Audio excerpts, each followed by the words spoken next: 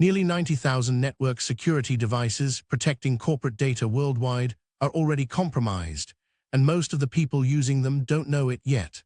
This isn't some theoretical vulnerability, it's an active campaign that Russian-linked attackers are running right now. They've breached FortiGate devices across 194 countries, and here's the thing that keeps security teams up at night. These aren't random targets. Attackers used a curated database of leaked credentials to systematically compromise 86,644 internet-facing Fortinet devices in what security researchers are calling FortiBleed. Once they are inside, they don't immediately trash the network or demand ransom. Instead, they sit quietly, passively monitoring traffic, harvesting more credentials, and looking for ways to pivot deeper into corporate infrastructure where the real valuable data lives. It's like someone breaking into your house, discovering your door lock is weak, then settling in to photograph your valuables before deciding which room to rob. The United States Cybersecurity and Infrastructure Security Agency, CISA, just sounded the alarm this week with an urgent alert. And if your organization runs Fortinet hardware, this is a wake-up call you can't ignore.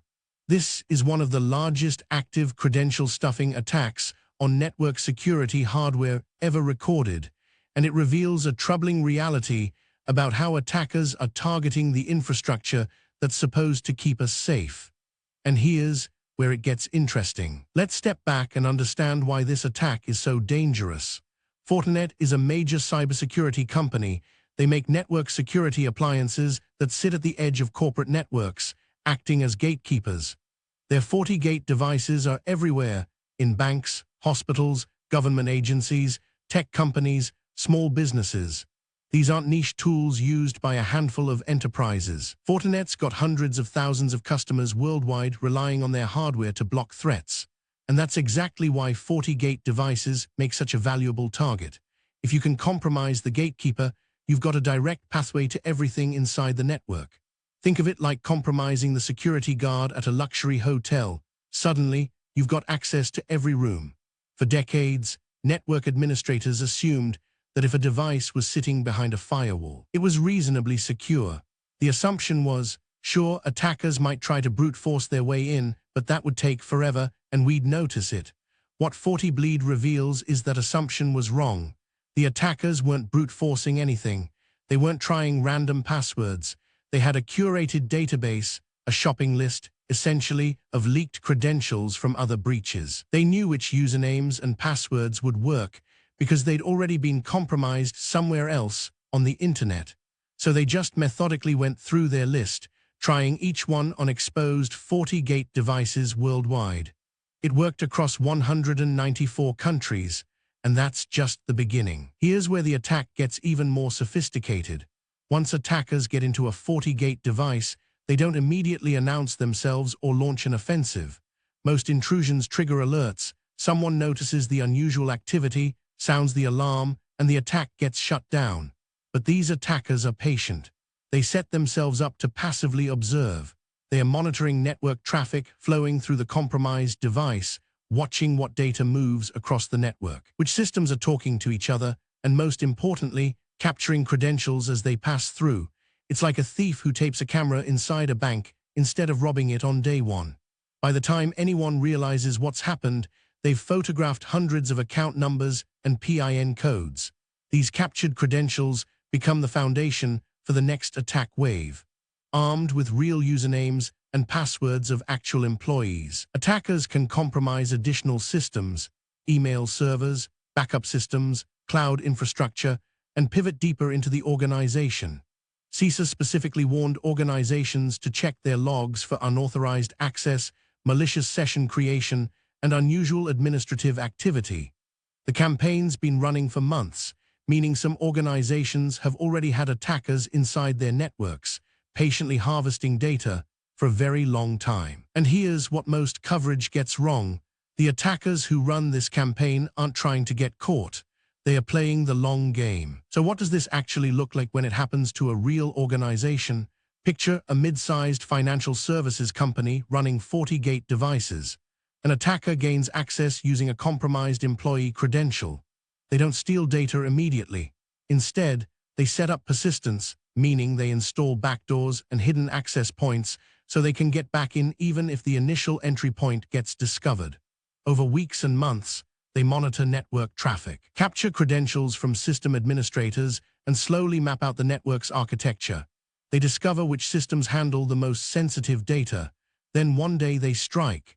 They access customer financial records, employee information, intellectual property, everything they've been watching. The damage is massive, the recovery costs are enormous, and the regulatory fallout can be existential for a company. And here's the thing, this isn't hypothetical. This is the exact pattern CISA is warning about because it's already happening. In the FortiBleed campaign, attackers have compromised devices in banks, government agencies, healthcare systems, and major corporations. These aren't small breaches affecting a few customers. These are infrastructure-level compromises affecting entire organizations and potentially millions of people whose data is at risk. The credentials captured by passive monitoring can unlock secondary systems that weren't even directly attacked. And this is where it gets complicated. To understand just how massive this campaign is, let's compare it to other major breaches we've seen.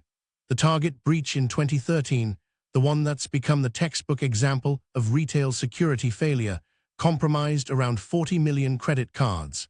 That was huge at the time. But FortiBleed has already compromised 86,644 network security devices. That's not 40 million people.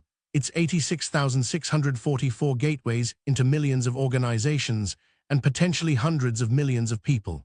The SolarWinds supply chain attack in 2020 was considered catastrophic, affecting government agencies and Fortune 500 companies. But SolarWinds was a single compromised software update affecting a limited number of high-value targets. FortiBleed is a broad, systematic campaign hitting organizations of all sizes across every country on Earth. And here's the scale that really matters. These 86,644 devices are active right now. Attackers aren't just sitting on the compromise and planning a future attack. The campaign is ongoing. Organizations are being compromised as we speak. This makes it different from historical breaches we study in retrospect. This is an active, evolving, global threat unfolding in real time. Security researchers are calling it one of the largest credential-stuffing attacks on network hardware ever recorded. And what makes this even more dangerous is that these devices are network gateways, the infrastructure that's supposed to stop attacks like this. But here's the twist nobody expected. So why does this attack succeed so spectacularly? The answer reveals something uncomfortable about how we manage security infrastructure. Most organizations think their network security devices are internal infrastructure, protected by the overall network security strategy. But Fortinet devices, like most network security hardware, need remote management access so administrators can update them, check logs, and make configuration changes. Many of these organizations exposed their FortiGate devices to the internet to allow remote management from anywhere. That's convenient for administrators. It's a nightmare for security. Once a device is accessible from the public internet, it becomes a target for exactly what happened here, credential-stuffing attacks. The attackers methodically tried thousands of username and password combinations they'd harvested from previous breaches. And because many organizations reuse credentials across systems, some of these guesses worked. This reveals a critical supply chain security problem. Fortinet is responsible for the security of their hardware, but organizations are responsible for how they deploy and manage it. The intersection of those responsibilities is where this attack succeeded. CISA is pushing organizations to immediately remove these devices from public internet access, move management interfaces behind virtual private networks, behind firewalls, behind additional authentication layers.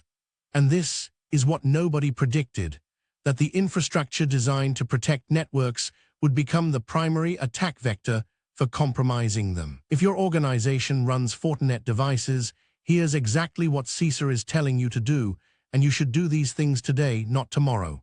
First, check your logs immediately. Look for unauthorized administrative access, unusual session creation, and administrative activity from unexpected locations or times.